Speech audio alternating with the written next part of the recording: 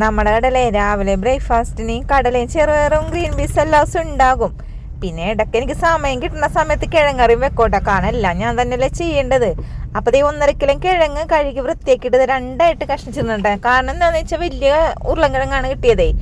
ഇനി നമുക്കേ അതവിടെ ഇരുന്ന് വേവട്ടെ. അതിൻ്റെ ഇടയിൽ നമുക്ക് കുറച്ച് പണിയുണ്ട്. ക്യാരറ്റ്, സവാള, പിന്നെ പച്ചമുളക് കേട്ടോ. പച്ചമുളക് ഇച്ചിരി അധികം തന്നെ വേണം.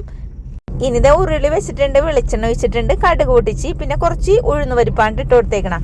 ഇനി നമുക്ക് സവാളയും ക്യാരറ്റ് ഇട്ട് കൊടുക്കാം. ക്യാരറ്റില്ലേ, ഒരു ക്യാരറ്റ് എടുത്തിട്ട് രണ്ടായിട്ട് കഷ്ണിച്ചിട്ടില്ലേ, അത് സ്ലൈസ് ആയിട്ട് അരിഞ്ഞെടുക്കണം കേട്ടോ. കണ്ടമുണ്ടായിട്ട് അരിയരുതട്ടാ. പിന്നെ ഇച്ചിരി വെളുത്തുള്ളി കേട്ടോ, ഗ്യാസിന് വേണ്ടിയിട്ടാണ്. പിന്നെ അതേപോലെ തന്നെ കറിവേപ്പില, വറ്റൽമുളക് ഇട്ട്, പിന്നെ നമ്മുടെ പച്ചമുളക് അരിഞ്ഞതും കൂടി ഇട്ട് കൊടുത്തിട്ടുണ്ട് കേട്ടോ. ഇനി അതെല്ലാം കൂടി ഒന്ന് വഴറ്റിയെടുക്കാം. അതിലേ ഒരു ക്യാരറ്റിൻ്റെയും പിന്നെ എന്താണ് പച്ചമുളകിൻ്റെ കളർ ഇതേപോലെ തന്നെ കറി വെക്കുമ്പോൾ കിട്ടണം കേട്ടോ. പിന്നെ ഇതിലേക്ക് മഞ്ഞപ്പൊടി, ഉപ്പ് ഇട്ട് കൊടുത്തിട്ടുണ്ട്. എനിക്ക് ലേശം വെള്ളം ഒഴിച്ച് കൊടുത്തിട്ട് നമ്മൾ പുഴുങ്ങി വെച്ചേക്കണ ഉരുളക്കിഴങ്ങില്ലേ ഒന്ന് തൊലിയൊക്കെ കളഞ്ഞിട്ട് ഇട്ട് കൊടുത്തിട്ട് ഒന്ന് ഇതേപോലെ കുഴച്ചെടുക്കണം.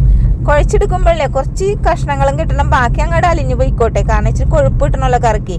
പിന്നെ ലേശം ചൂടുവെള്ളം ഒഴിച്ച് കൊടുത്തതിന് ശേഷം നമ്മളില്ലേ പശുമ്പാലില്ലേ, മിൽമപ്പാല്, പശുമ്പാലെന്ന് പറഞ്ഞാൽ പശുവിൻ്റെ പാലല്ല കേട്ടോ, മിൽമയുടെ പാക്കറ്റ് പാലില്ലേ, അതങ്ങോട്ട് ഒഴിച്ചു കൊടുത്ത് ഒന്ന് ഇളക്കിക്കൂട്ട് തിളപ്പിച്ച് വന്നപ്പോൾ നമ്മുടെ കിഴങ്ങറി ഇവിടെ റെഡി ആയിട്ടുണ്ട്.